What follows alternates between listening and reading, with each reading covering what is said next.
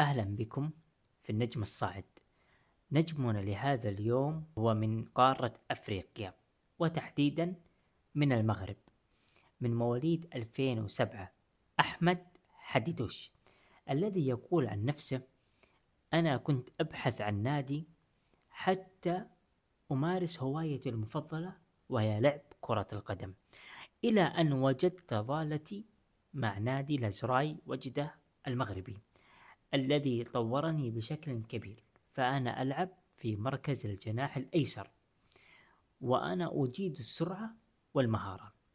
فنجمنا لهذا اليوم هو أحمد حديدوش. نجمنا ونجم أحمد حديدوش من مواليد 2007، الذي يقول عن نفسه: أتمنى أن أنضم إلى منتخب المغرب، وهذا حلم كل شاب مغربي، وأيضا الاحتراف في الخارج، فهذا طموحي وأمنياتي في المستقبل، ونحن بدورنا نتمنى له التوفيق بإذن الله عز وجل في مستقبله في كرة القدم.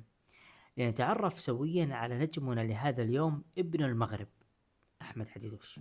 أحمد حديدوش لاعب مغربي شاب من مواليد 2007، أي أنه في 17 من عمره، يلعب لنادي حسنية لازاري الوجدي بالمغرب، ويشكل أحد العناصر المهمة في تشكيل الفريق. مركزه هو الجناح الأيمن، وكذلك يلعب في مركز الجناح الأيسر، كما يجيد اللعب أيضا في مركز رأس الحربة. موهبته في كرة القدم ظهرت مبكرا، حيث يتمتع بمهارات مميزة في السرعة والحماس واللياقة البدنية العالية. ماهر في المراوغة والتمويه، ويجيد كسب المساحات والتمركز في الأماكن الصحيحة التي تتيح له تلقي الكرات أو تخليصها من أقدام الفريق المقابل. يساهم بشكل كبير في صناعة الهجمات، ويتولى تزويد المهاجمين بالكرات العرضية الخطيرة، كما أنه يجيد الانخراط في المنطقة المواجهة للمرمى، مما يزيد من خطورة أدائه.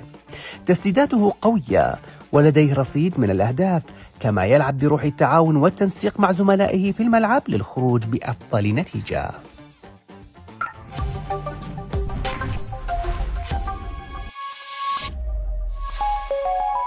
أحمد حديدوش نجم وجدة لازراي المغربي الصاعد من مواليد 2007، حيث أنه في هذا الموسم والموسم الذي قبل كان مميز جدا في مركز الجناح الأيسر، واستطاع أيضا التسجيل أكثر من هدف.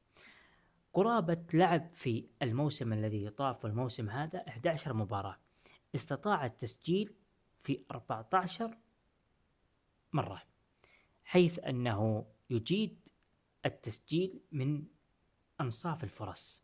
فأحمد مميز جدا في هذا المركز، أيضا يجيد السرعة والمهارة، وأيضا اختراق الخصم.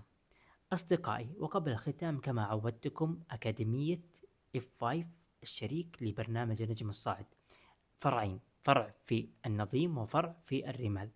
كما عودتكم كان معكم محمد الإبراهيم من برنامج النجم الصاعد. كونوا سعداء.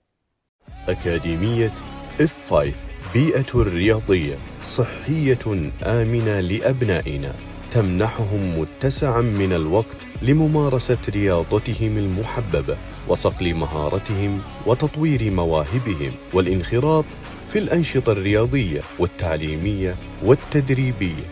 F5 للمصداقية عنوان.